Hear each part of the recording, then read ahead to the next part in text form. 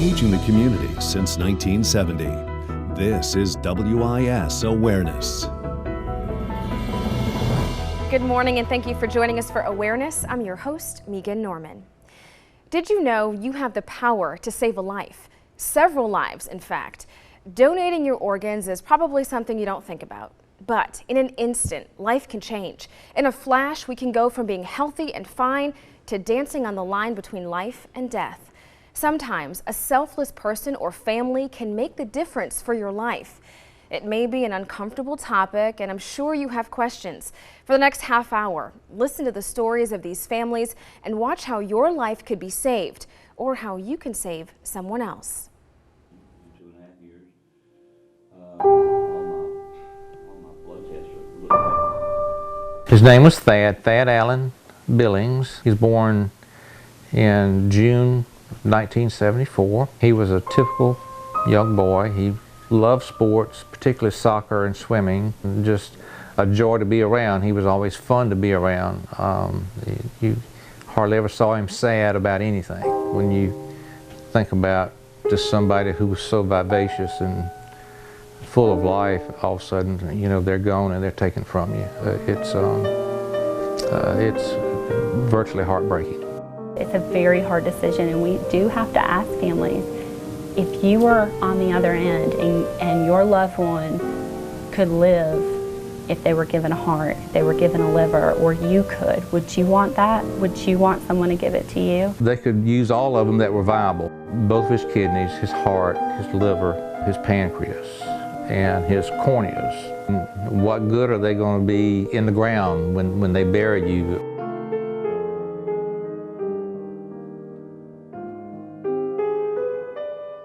It's just remarkable that a human being that's living and walking around can actually give life, a great quality of life to somebody else. I've never had a donor come away regretful. They've always been ecstatic and happy that they've been able to help someone. When human beings have a problem and they come to the aid of each other, some wonderful things can happen.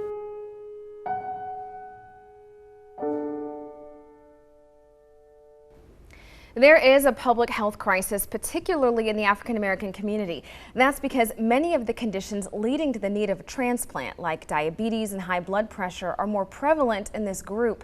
Joining me now is Reuben Wright. He is a donor family counselor with the organ and tissue donation advocacy group LifePoint. Reuben, thanks for being with us this morning. Thank you so much, Megan. It's a pleasure to be here. Now, sometimes in your role and with the other counselors you work with, you have to convince families to give the gift of life. What do you tell these families, and why is it so important that they at least consider that option?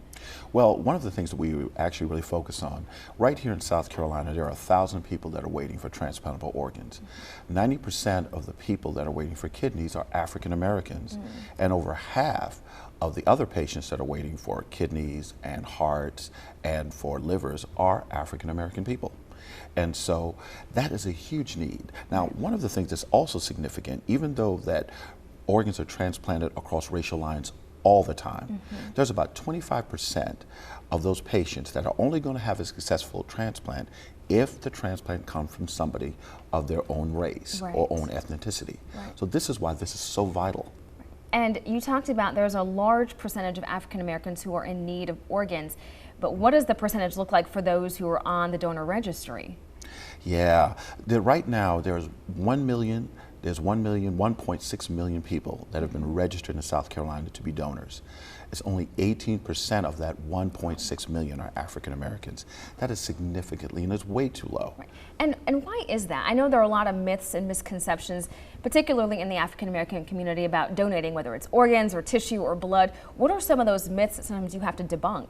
Well, some of the things that we really look at is things like, does donation disfigure the body? A lot of African Americans still are very concerned about the presentation of their loved one at the funeral or at the viewing. And even though you're an organ and a tissue donor, your body is nowhere disfigured where you cannot have an open viewing. All major religions support donation as well. And one of the things that I hear all the time, specific from African American professionals, if somehow I do sign up on the South Carolina Donor Registry, will somehow my health be compromised in order for an organization like LifePoint to come in to recover organs? I've heard the same thing too. They think, well, because they see that heart on my driver's license, they're not going to work hard to save my life because they're trying to save someone else's. But that's not the case at all. No, we actually really can't interfere into the care of a patient until after death has been declared. So our family support counselors come in after death has been declared, and then we work with the families, help kind of clear up any misconceptions they may have, and help them to understand what has actually happened and what options are available to them after their loved one has passed. Right. And how does someone sign up on the registry? There are a couple of options for people. Absolutely. We can always, anyone can go to their local DMV when it's time to renew their license or to obtain a South Carolina's identification, or you can always go to donatelifesc.org. And it just takes just a few minutes on your smartphone, tablet, or laptop, just a few questions, and you can literally have the opportunity to make miracles for others. Right, to save a life. Absolutely. And of course, there's no pressure on people to sign up. But what would you say to someone who is contemplating, who's hesitant, who maybe has thought about it, but, oh, maybe that's just not for me? What would you say to that person? I'd say to them, you know, you would, if it was you, if it was your child, you would want someone, somewhere, to give that gift of life to you or to your loved one. And you have the opportunity, after death has been declared, to really give a miracle, be a part of something good, and make an impact in our community. Right. And how many lives can one person save, potentially?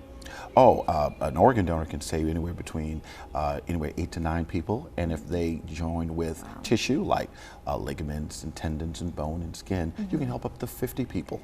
Wow. And so, Ruben, do you go across the state trying to promote advocacy for organ donation? Oh, absolutely. Like join this program with you for awareness.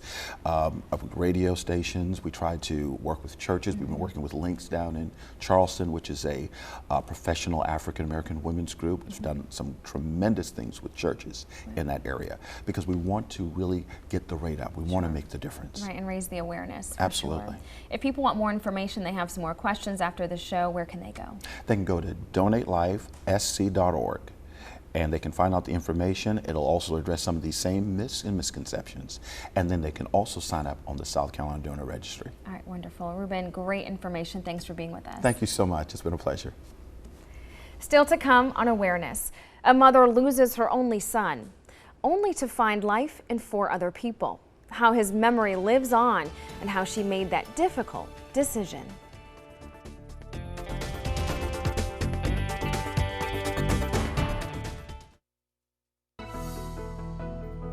Welcome back to Awareness. Making the decision to become an organ donor can be tough, especially when it's made by family members during a time of grief. Our next guest, Brenda Pogue, had a hard time accepting the fact that her son wasn't coming back. Brenda, thank you for being with us this morning. Thank you, Megan. Now, appreciate it. The 11th anniversary of your son's passing just passed us. Tell me what happened back in 2004. My son had an aneurysm and a stroke and was declared brain dead 5 days later. And I was in denial initially when I found out his diagnosis. I felt because of his age, he was just 5 days from his 33rd birthday. I was so sure that he'd be able to go to rehab and get better and be fine because of his age. But that wasn't the case. The aneurysm was really bad. His brain was continuing to bleed and swell, and it wasn't going to get any better. Now, was he an organ donor?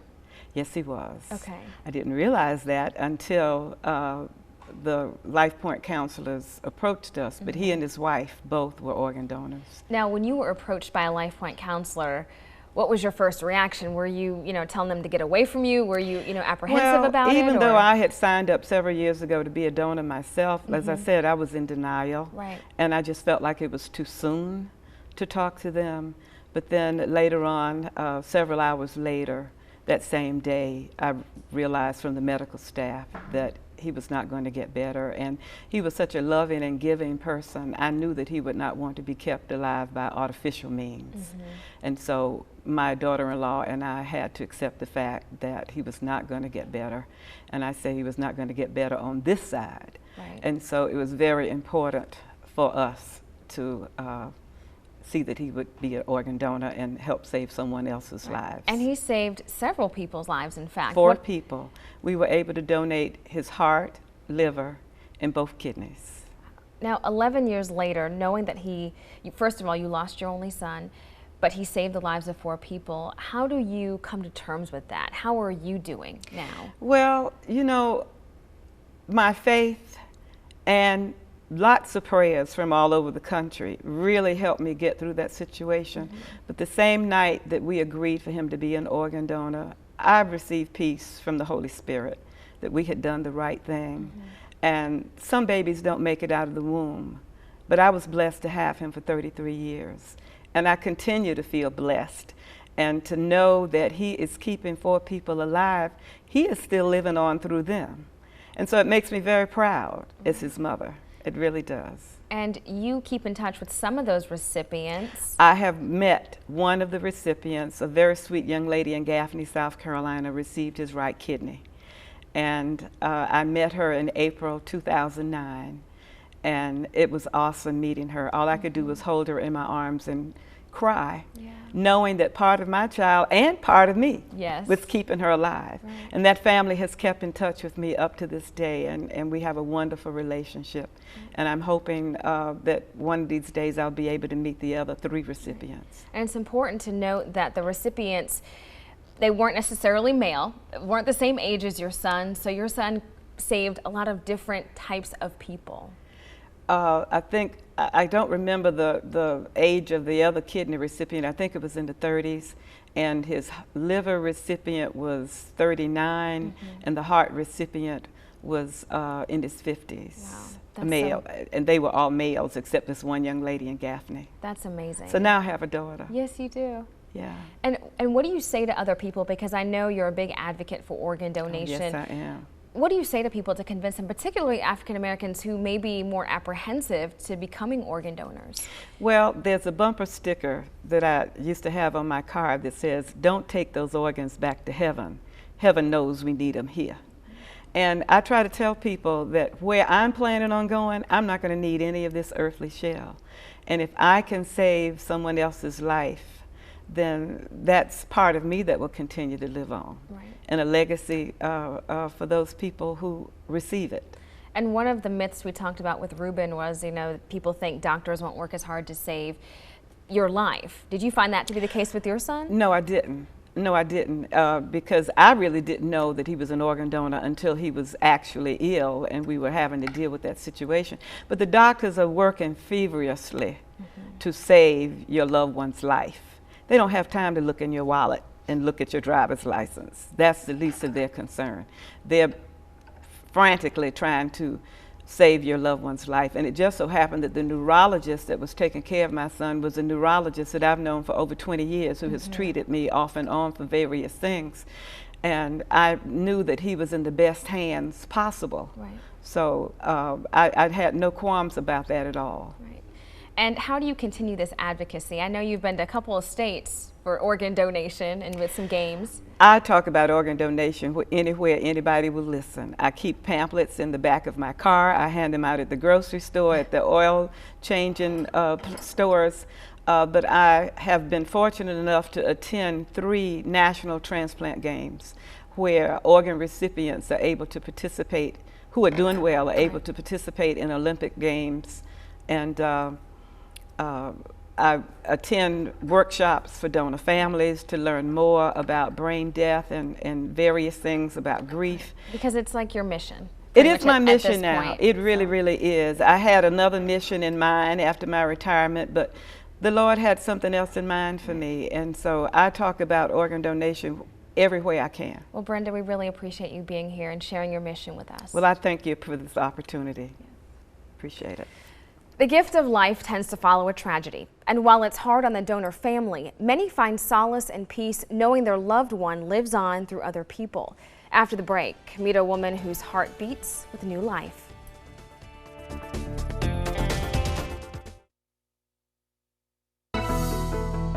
Welcome back to Awareness. Sometimes organ donation is not even a thought in your mind until your health is in jeopardy. Thelma Dove Willis joins me now. She has new life thanks to a new heart. Thank Thanks for being with us. Thank you for having me. So December will be 5 years since your 5 heart years transplant. since my transplant. How are you doing? Good. I'm doing good. Some days good, some days bad, but the All in bad days all? the good days outweigh the bad days. That's So, always great. right.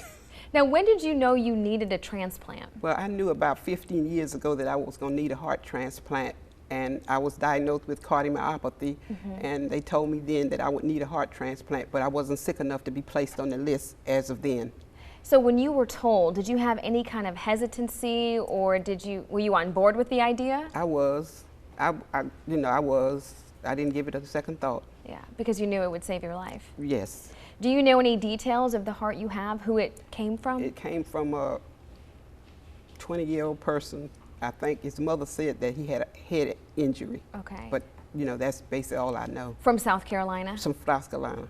And how did it feel once you got the transplant? Are you in the hospital for several days, months even, but? Well, I stayed in the hospital for 15 days after my transplant, and then I was released to a center in Charleston where I had to do cardiac rehab. And I stayed there for 3 months, and that was like going through different therapies, and they did different biopsies and things like that to make sure the heart was good, still functioning good.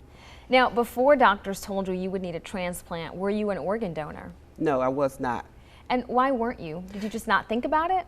Well, I was never educated on about being an organ donor, but after I became an organ donor, after the transplant, you realized the importance of it. Yes. So what would you say to people out there today who are considering it, or who maybe never thought about it until now? They should think about it because it really helped save lives.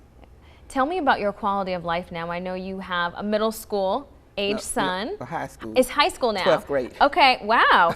So how is he doing it, and how has this changed all of your lives? He's doing good, but when I first was diagnosed and I was real sick before I had the transplant, I really couldn't do a lot with him. But since the transplant, I'm able to take him back and forth to school and do different activities with him and things like that. And pretty soon take him off to college? Yes, take him off to college. Right. Well, Thelma, I really appreciate you being with us and really sharing the importance of why organ donation matters to you and made a big impact on your life and your family's life. Thank you for having me. Stay with us. We'll be right back with the final thought.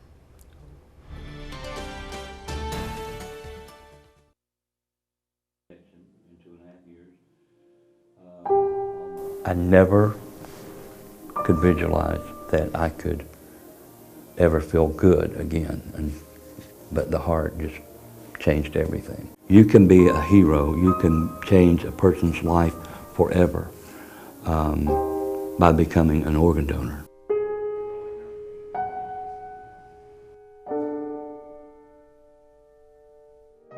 After some tests, that's when they discovered that I had, at that time, only 12% functioning left in my kidney. So I was at stage 5 before I even knew anything about, my kidney failure. You never really realize how bad you felt until you feel good again. Get those checkups, just stay on top of your health. Because a lot of times if you catch it early enough, it won't get to the point where you would have to either get on dialysis or get a kidney transplant. Not knowing is not an excuse anymore.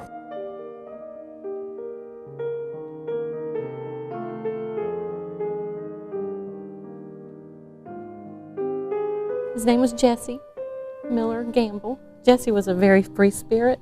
He was an artist. He had massive brain trauma.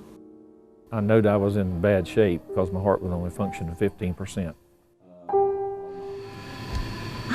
Wow. Being able to feel his heart beat in Henry and know that how strong it is, and know that that's exactly how Jesse was. He was a really strong-willed person. I knew that he wanted to do that, so I'm so happy that you're doing well. Yes, ma'am. I'm glad he was a donor. But I hate the tragic accident. It's got to be devastating to you, honey. It is. I miss him every day. But I'll see him. But he still lives on. That's right. Through me. That's right. Have you really thought about what will happen to your organs when you no longer need them? Or what if something happens to you and you need a life-saving transplant? It's probably the last thing on your mind, but you can save a life, and it could very well be your own. Consider registering to become an organ donor today. You can do it online. We have a link to the registry on our Awareness Facebook page. I'd like to thank all of our guests this morning. Until next time, I'm Megan Norman. This is Awareness.